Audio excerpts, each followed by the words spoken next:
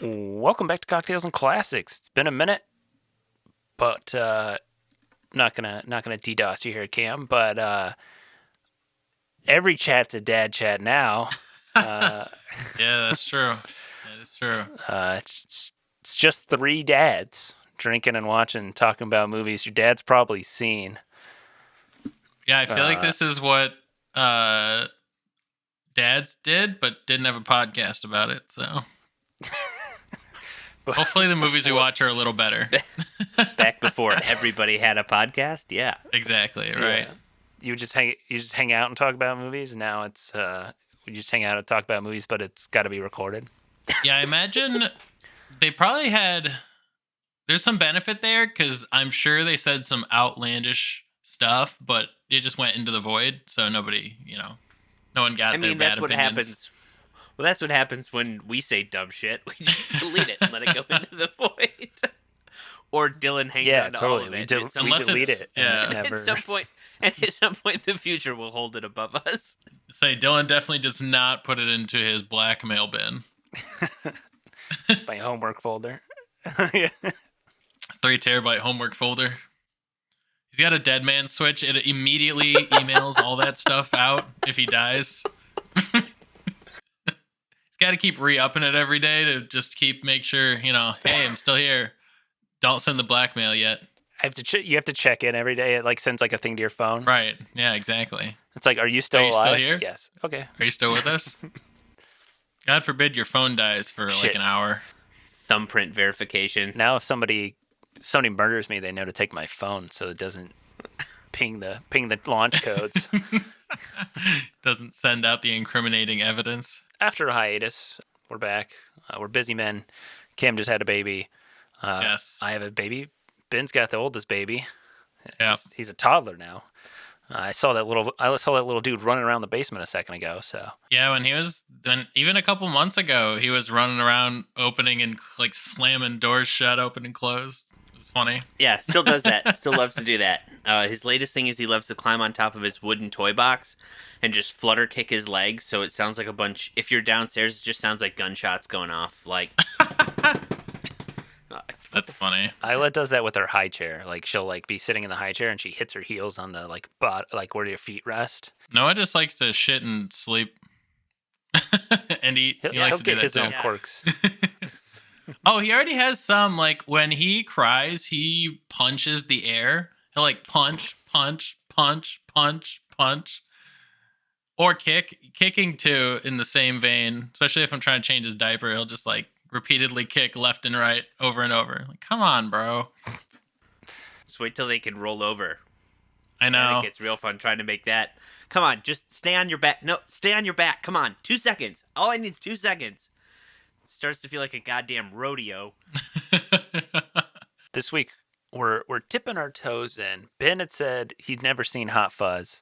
So we're tackling the second film in the Three Flavors Cornetto trilogy. It's 3 movies. They're not really related other than the Cornetto being referenced multiple times and the flavor of Cornetto or the color of the wrapper. But it's Edgar Wright and Simon Pegg's 3 kind of, are they parodies? I feel like they're not quite spoofs because they're a little more artsier than that. They're not just flat out scary movie spoof. I'd say it's more of a love letter to these things because they've obviously seen all these movies, all the all the things that they love, and they're just referencing them, and it's more of a love letter to Yeah, it's more like a comedy homage.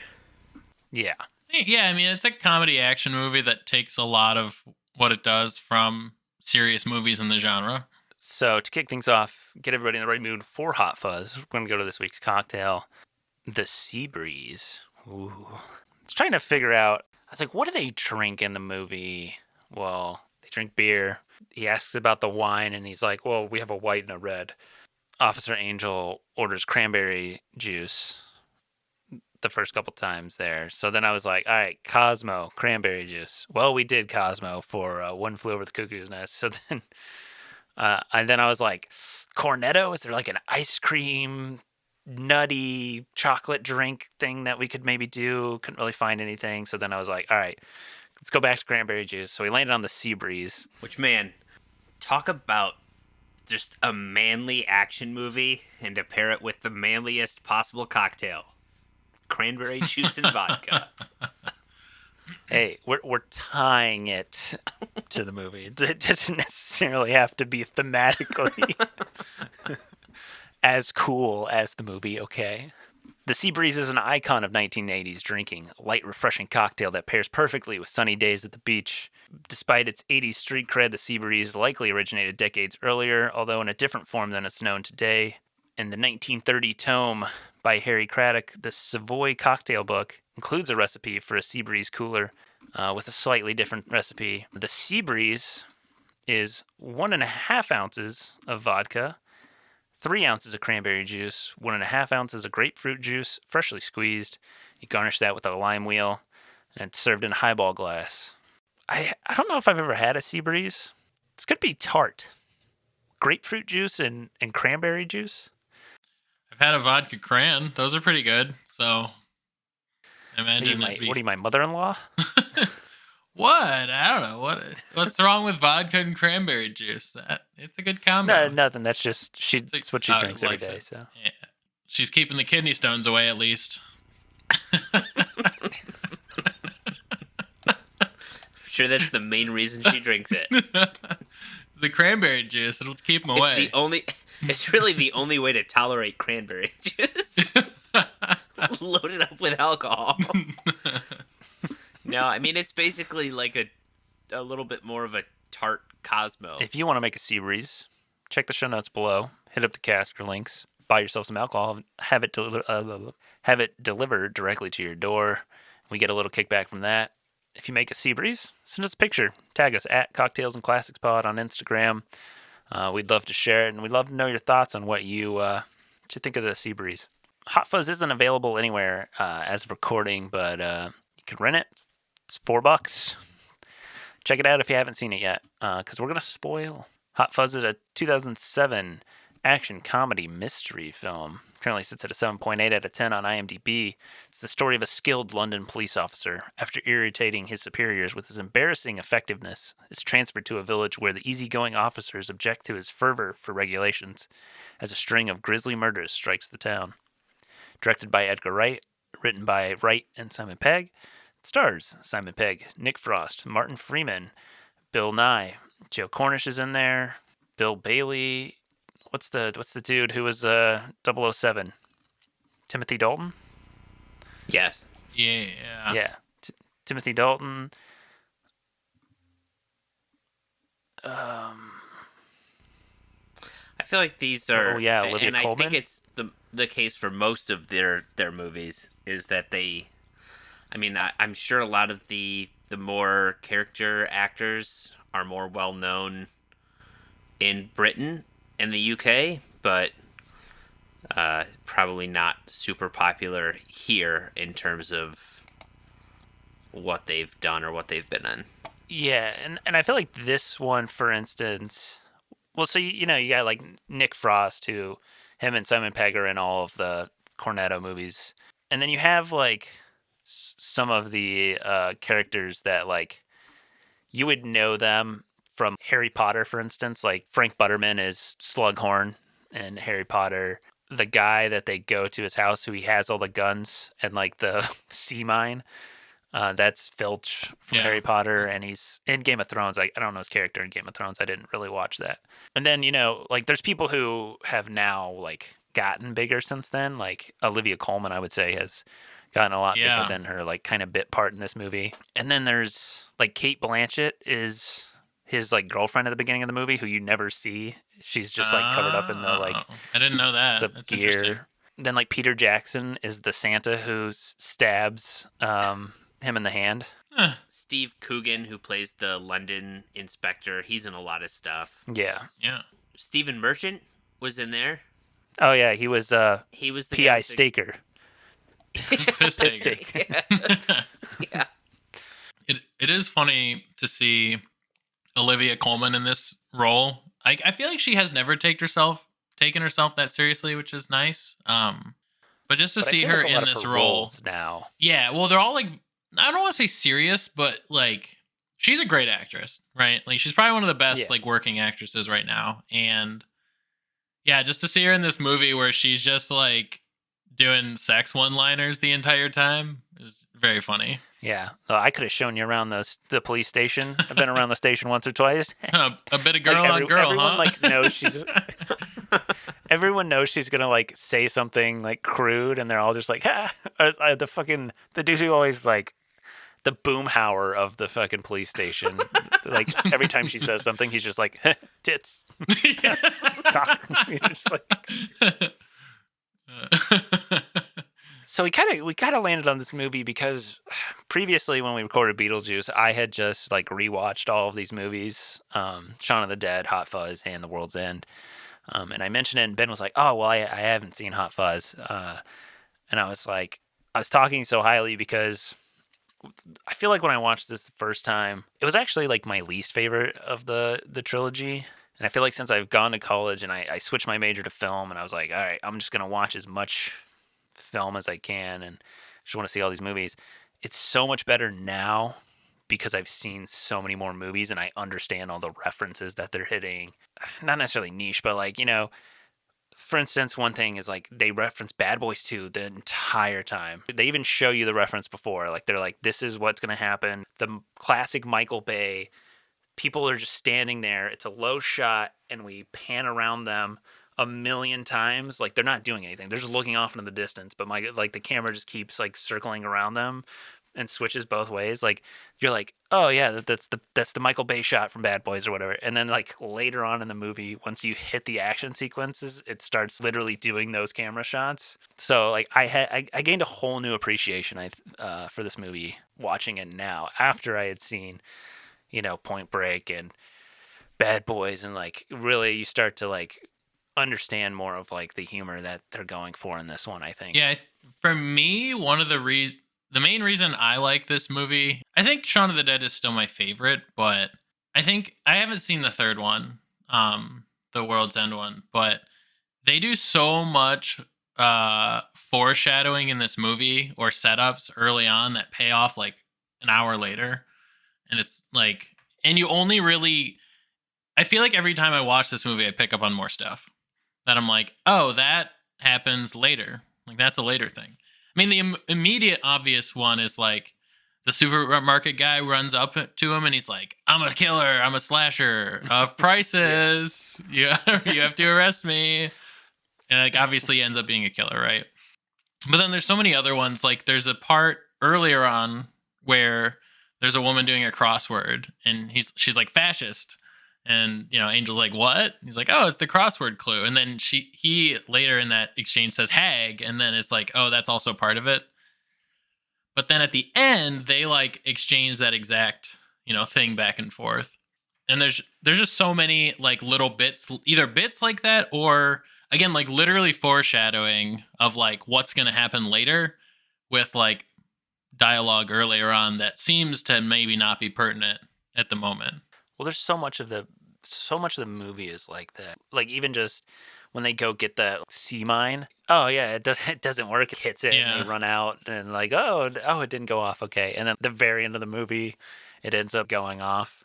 There's like so much foreshadowing like that throughout the entire movie. And I think this one is, I think Shaun of the Dead has a decent amount of that. I feel like this one is like really heavy-handed later on. Yeah. What's his Danny Butterman, like Nick Frost character, the entire time is like, well, have you ever dove and shot two guns at the same time while flying through the air? Have you what is he shooting the gun up in the sky? And then like later on the end of the movie when it gets like really intense, he's doing all of that.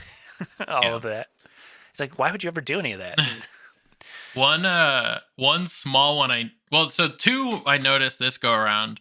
The first is before the reporter is killed, they're at like the festival. And as they're like panning into the festival, there's a voiceover that's like, hey, there's going to be a surprise at 3:00 or whatever. And then he dies at 3:00 when the drawing's happening. Yeah. The second was his notepad. He said at some point, like, you never know when this is going to save you, and Nick Frost gives him his notepad or whatever. and then it like quote saves him later on from dying. One of the things when I was looking around on like Reddit, people were like talking about those types of like foreshadowing was they keep bringing up like, oh, the roof restoration on the church. That's what that whole event is when they're doing the raffle and the piece of the roof falls off. It's pushed off, but then everyone's like, oh no, the roof needs to be repaired. And they're like, yeah, everyone knows the roof needs to be repaired. That's why he was able to push it off. Right. The other funny thing too is like the motive of them killing, I think, is really funny because like there's this whole complicated conspiracy of like, yeah, they're gonna sell it to these land developers, blah blah blah, and they're like, no, we just kind of didn't like these people. Yeah, like we just did it for the greater good. Yeah, like even even the supermarket guy, like at the after party for the thing was like, yeah, too bad he's an awful actor. We have these other actors that were like off Broadway or whatever. They're professional actors. This guy was an understudy, and the other lady played a corpse. Yeah. Or was he an understudy? I thought it was like a background actor. Maybe it was an extra. Yeah. Oh yeah, he was like an extra. It was something very tenuous, but because they kind of drop hints about those, like the actual motives throughout as well, but you're kind of led to believe it's the like grand thing. They set you up for like this giant, like they bought this land for the highway. They're going to run this through. This is why they're doing it. Well, and even when you see, the first person that you finally see under the hood is the Hound from Game of Thrones. Yarp. Yeah. And you're like, oh, it makes sense. It's the supermarket guy. And he just has all of his he's having his employee or whatever kill the people. That checks out. And it's like, nope, no, it's dumber than that. Like what? Right.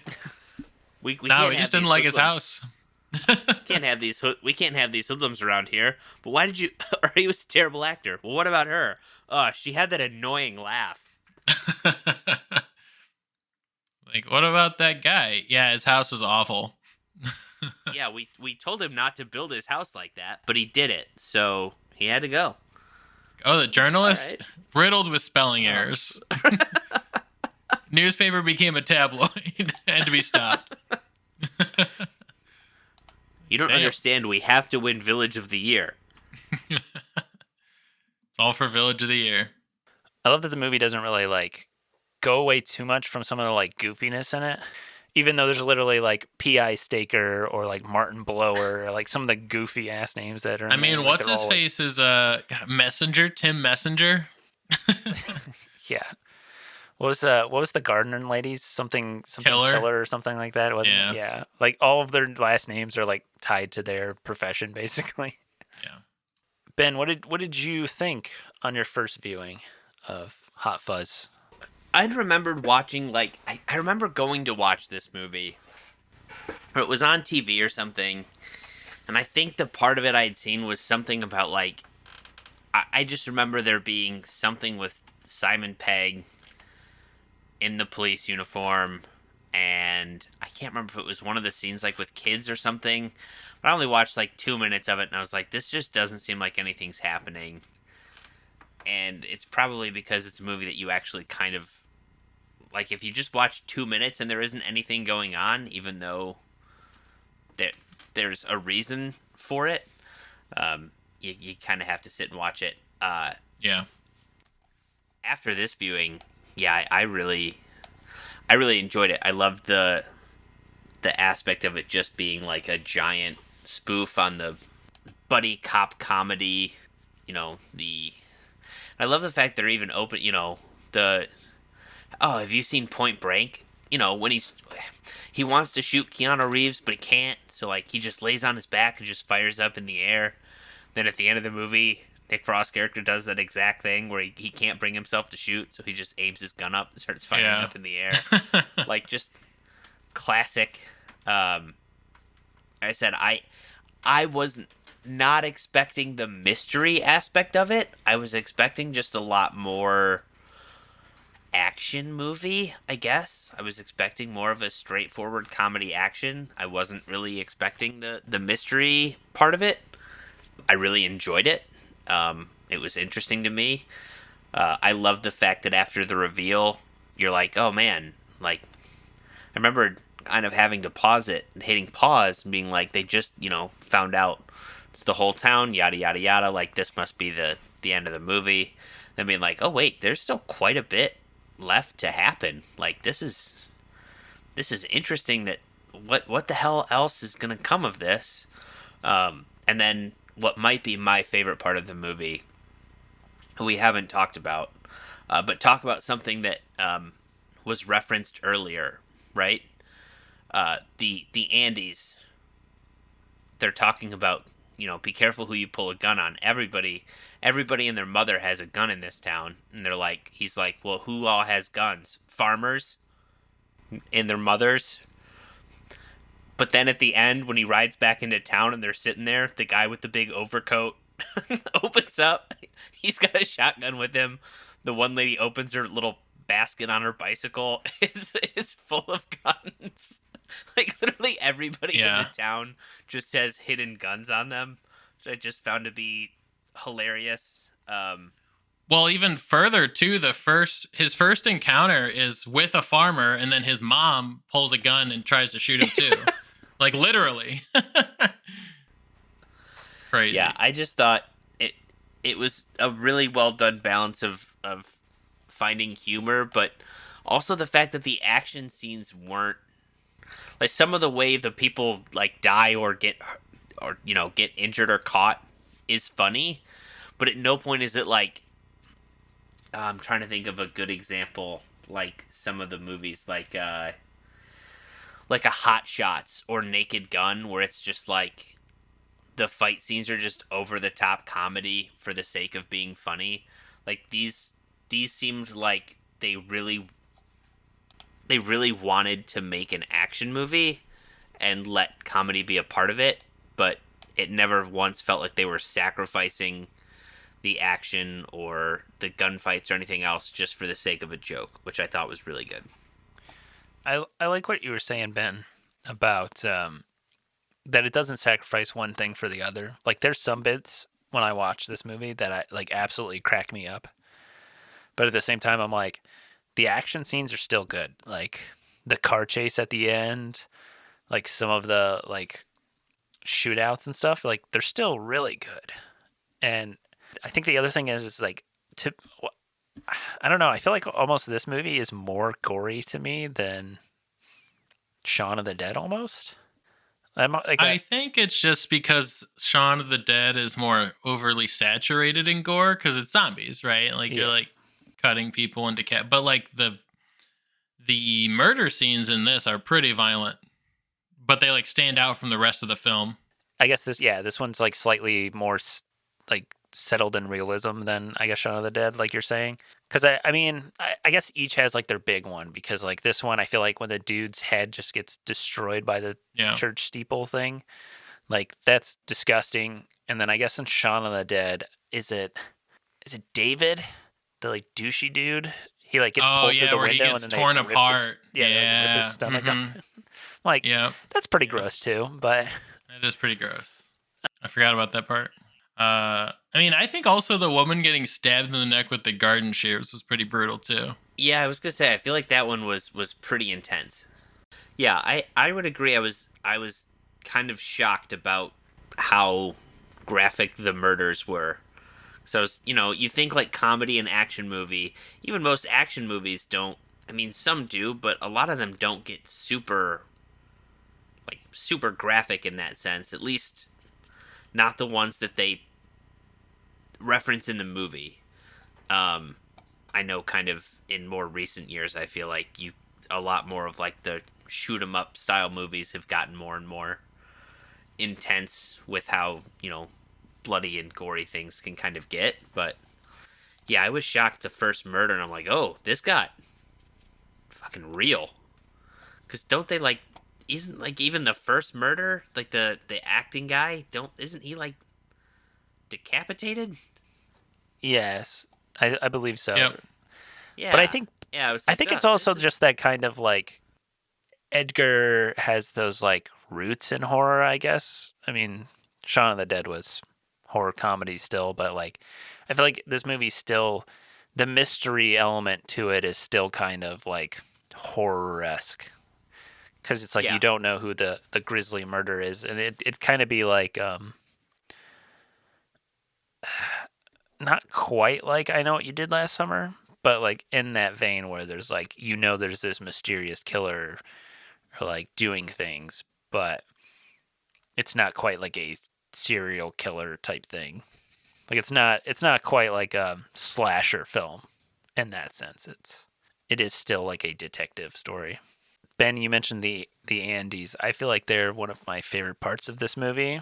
Just their like shitting on Sergeant Angel the whole movie. Just their like, not necessarily like pessimistic, but just their fucking bad attitude the whole time.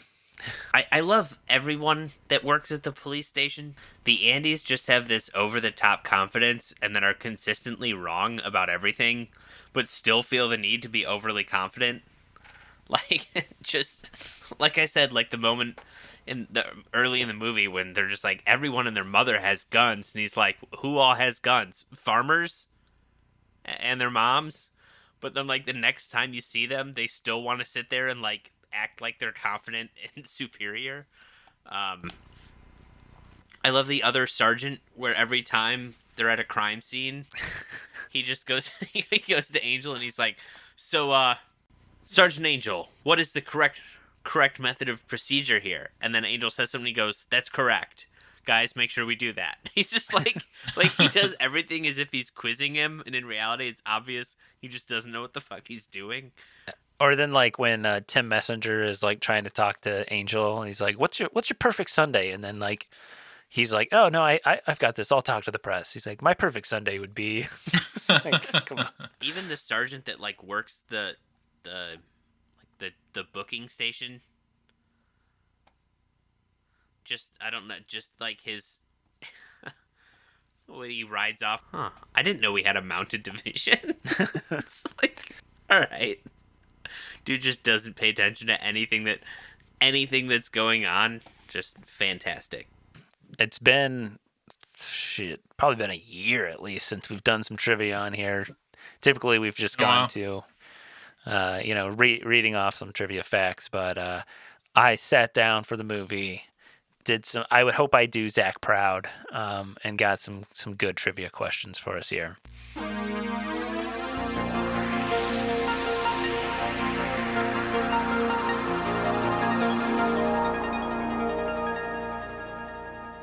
First off, we were talking about the church restoration. So in the police station, they have a swear box where you pay after you swear, and all the proceeds go to the church roof restoration. The words listed are knob, bastard, shit, fuck, and cunt. All of them are censored but one. What word is not censored on the box? Can I get the options again? Knob, bastard, shit, fuck, cunt. This is definitely getting an explicit tag on the episode. I feel like I would have to go with, for me, what would be the funniest omission, and go with cunt. See, I think it was more E, but I want to say bastard. I'm trying to think in my head. I feel like knob, there was something with the O, where like they made the O like a smiley face or something. I want to say, I could swear fuck was censored. I think it's, I don't know. I'm thinking bastard, but I'm not sure. That's what I'm going with. All right, final answer. Yeah. It is cunt. Yeah. You were right. Knob is a smiley face. I think bastard, the A was an at sign. I think shit and fuck had like stars and stuff on them. And then cunt, the T is kind of made to look like a cross, but it's not like, it's not censoring it at all. So 1 point to Cameron. Let's go. The combination to the evidence room is humorous because it's also the number to the police and emergency services in Britain. What was the combination for the evidence room? Was it 911, 411, 999, or 444? Do you know this game? Is that why you're looking at me? I think so. Yeah, I think I got this one. Maybe. All right. I think it's 999. I think so too. Yeah, let me go with that one. You are both correct. Okay. I only took note of it because it was I felt like it was kind of like, oh, they're in a small town. The combination to the evidence locker is just the same digit 3 times.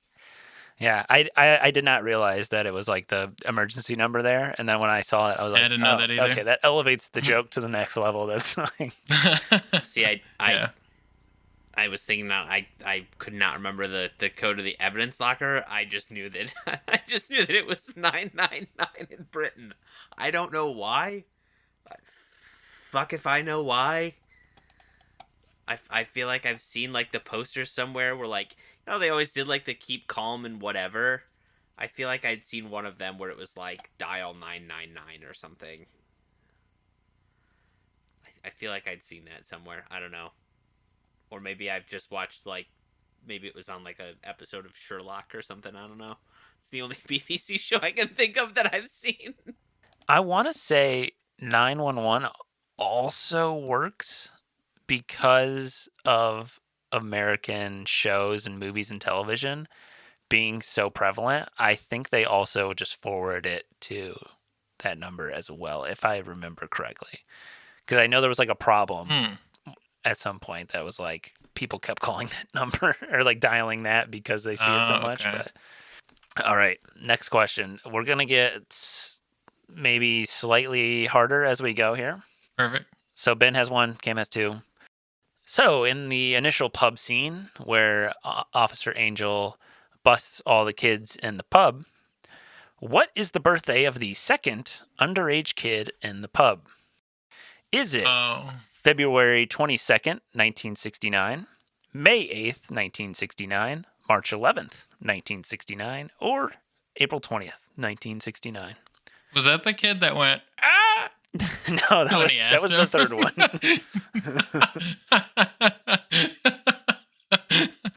There's When's your birthday? Ah!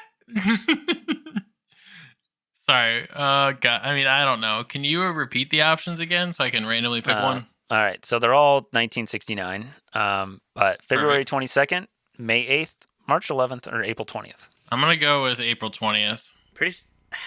I think it was May 8th. It is May the 8th. Damn it. Okay. I thought he'd go with the 4/20/69 thing. That unintentionally fake answer there. But...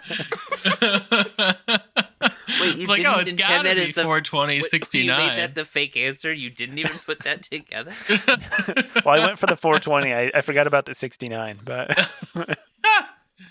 that's funny. Just because I made them all the same year, so then I was like, oh, 420's it'll be funny, you know? Right. So the first kid is February 22nd, and he's like 22nd of February. What year? Every year. And then the second kid is 8th of May, 1969. He's like, you're 37 or what? 37? Or 32? And then the third kid is the Kind of fucked up how we see those kids at the end of the movie as skeletons or as decaying corpses. Yeah. So it's tied at 2 now. The officers, question number 4. The officers wear their badge numbers on their shoulder of their uniform. What is PC Danny Butterman's badge number?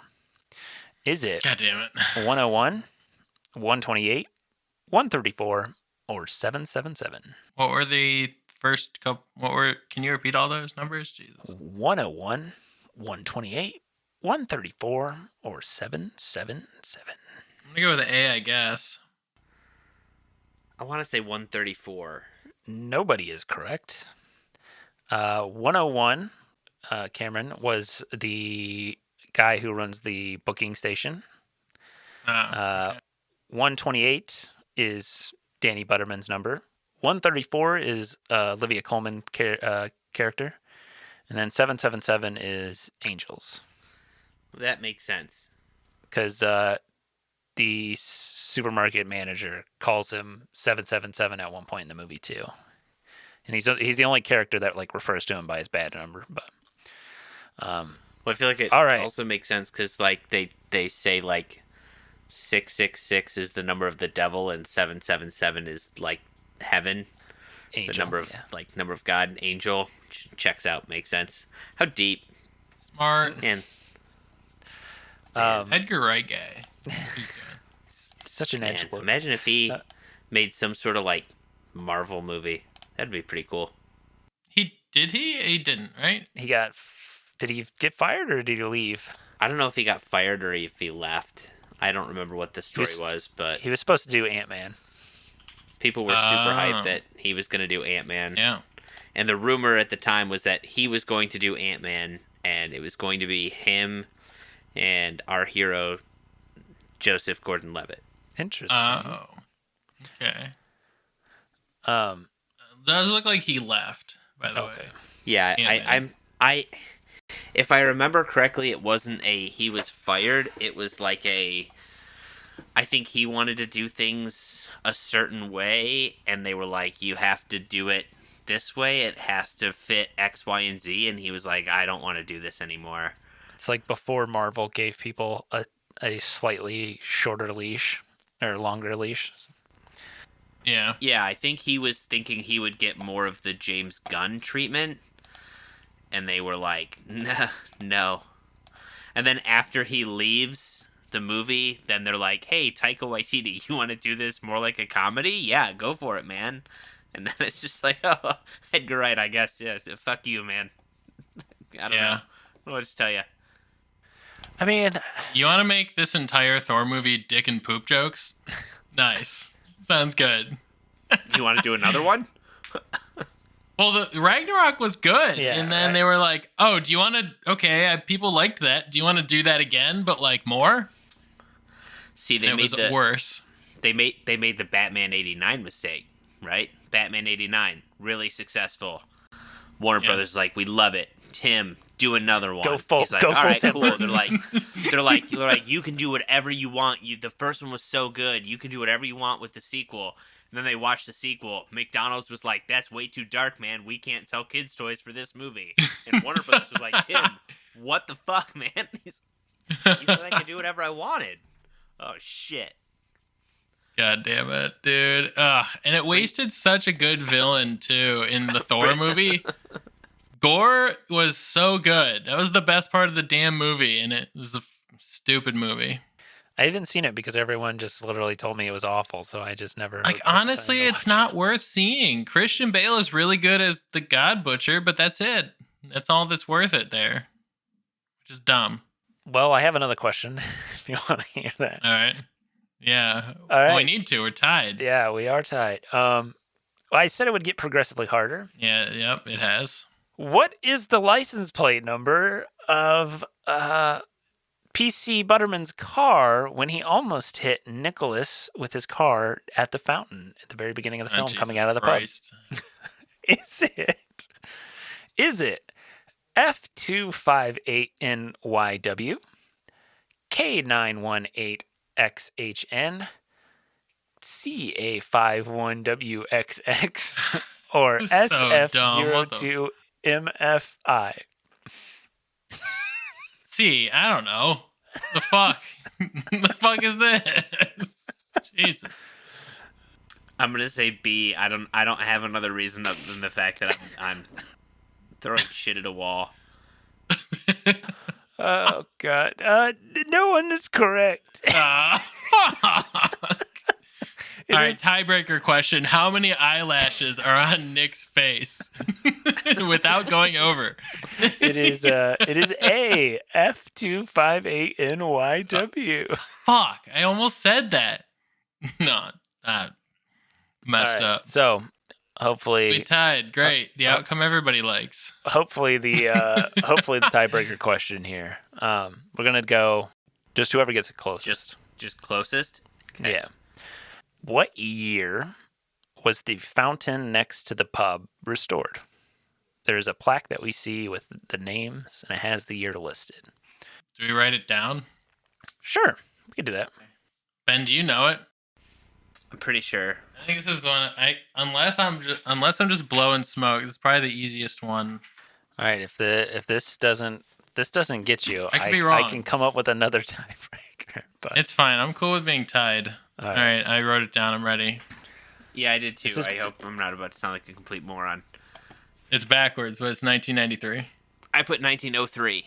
Oh, Cam is correct. It's 1993. Damn. I don't know why I thought it was 03. Because I thought that was funny. The fact that it was restored, but the date was still super old. Was 93 because it was all the people that are on the council. Yeah, it was like the entire council. Which I knew, but for some reason thought it was just still more funny that it was still really old. And they just put their names on it. Damn, off by a digit. Ben, the lone goob in the Goob Squad's the only one who hadn't seen this film yet. It's going to give you a fresh rating on Hot Fuzz, and Cam and I will give you a nostalgia rating and then an updated one after watching it. I feel rusty about reviews. Just give it a 10 out of 10 and move on. Best thing I've ever seen in my life. It's the best movie. Like I said, I think of the Cornetto movies I had seen, I think just Shaun of the Dead. I haven't seen World's End. But this, I think, definitely might be one of, well, not one of. I've only seen two of them. I liked it more. It was better. I don't know why the first time I tried to watch it, it just didn't hit. But rewatching it now, I really enjoyed it. It's very smart, which I appreciate. Comes across being very dumb, but the humor actually does seem to be smarter. I think it's one of those. I think Conan O'Brien once said that the goal in his comedy was to always be both really smart and really stupid, and that they can exist at the same time. And I think this movie does that very well. Where at times it's like this is kind of dumb in a funny way, and then there's times where it's like this is really clever. And I think the callbacks in this movie are really smart and really well done. Some of the the visual gags of just some of the stupid things is like, oh, okay, this is dumb but really funny, but it still pulls it off. Man, I would give this movie an 8 out of 10, I think. As someone who enjoys those 80s and 90s action movies and just remembers watching a ton of them growing up, this movie does such a good job of, like I said, I don't want to call it a spoof. I want to call it almost like a comedic homage. And it just does it really well. If you haven't seen it, check it out, especially if you're a fan of action movies in the genre. It's definitely worth it. Yeah, 8 out of 10. Going in, I gave it an 8 out of 10, and I'm going to leave it at an 8 out of 10. It's a really good movie. I've probably seen it maybe 4 or 5 times now, and like I said, I think every time I watch it, I do pick up on something new. It's just a fun movie. It's a fun, I don't want to say crime, I guess action movie that's really funny. And yeah, and I also like a lot of Edgar Wright's work, so it's going to be an 8 out of 10 for me. Going in, I gave it a 6 out of 10. Wow. I don't know what it was. I mean, I just didn't. It was my least favorite one out of the trilogy, and I would actually avoid watching it. The last time I watched it, probably in October, I think. Freaking loved it. Like I said earlier, I got the references. I saw so much more because it's so many layers, like Cam has said, and like Ben saying that this homage goes to you're learning something, you're seeing something every time you watch it, but it's oh, well, Danny's talking about Bad Boys and Point Blank and how they do this thing where he's shooting up at the sky, or how he's they're gonna do this scene or whatever, or they do this action from the movie, and then later on it's they're quoting the movie or that something's happening. Then there's the visual reference as well, with Bad Boys, with the Michael Bay panning shots and stuff. And it's oh, so there's this element of the reference. There's this element of the reference. There's this element. And it's so layered. This one is quite obviously like Ben said, it's not quite a spoof. Like, it's very much like a love letter to those action films. You can tell these people watch these movies, they love them. Now here's how we can do this, and it can be humorous, and we can like poke a little fun at them and do all this. I love this one, actually. I'm gonna raise it up to a 9 out of 10. Wow. Yeah, I think watching it now, knowing all the references and all the things that they were going for, I'm like, oh, I get this now. This is what I was missing. Now I'm like, oh, this is fucking funny. I think this is one that people should see. There's a lot of like not great comedies from the 2000s. There's some really good ones, and I think this one falls in the like, this one's really good. Check this one out. It's really well done, and you could skip some of those like shittier teen comedies from the 2000s if you're taking a trip down. Well, I think part of the reason that it is, I think, still funny is because a lot of comedy, I think, in movies does depend on the time at which it was made, and so I think this one actually does a really good job at being funny but staying away from time sensitive, any kind of like, yes, humor, exactly. Yeah. Which like it's hard to do. I also think this movie does a lot better with repeated viewings. I think if you watch this movie more, I think it does get better, honestly. I think one of the things I read, this is the last little bit, something I read the other day was like, if you think about a movie and you remove the cell phone, does the movie, or like, the walkie-talkie, or like the whatever this technological crutch is, if you remove that technological crutch, does the movie still work? And I think that's something that, like, when I think about a movie now, I'm kind of like, well, there's nothing in this movie that like ties it to a direct time frame, and I think that works. And then they're not like you said, like, we're never referencing anything of the movie came out in 2007, so like we're never referencing anything that's like, this is 2007. Yeah. Well, not just that, but like even the movie references it makes, like Bad Boys 2 came out in the even earlier 2000s, like 02 maybe? Yeah. Or was it even earlier than that? I thought Bad Boys was 99. Bad Boys 2 might have been like 02. But then like Point Break, 80s. 2003 what was for the other Bad Boys 2. Okay, it was 03. What's the other? Don't they reference one of the Dirty Harry movies, but I can't remember which one. Off Death Pool, maybe. I can't. One of the Dirty Harry movies they reference. So like another kind of 70s or 80s movie, but like it's not like the references, yeah, like you said, are like super 2000 specific. I think that's a big thing. Like I was scrolling through just one of those nights where like you're just trying to find something to watch, something you don't really want to pay attention to. And I remember scrolling through, I think it was Max, had like all the scary movies on there. And I was looking at the first and I'm like, okay, I remember this movie kind of pretty much just being a parody of Scream.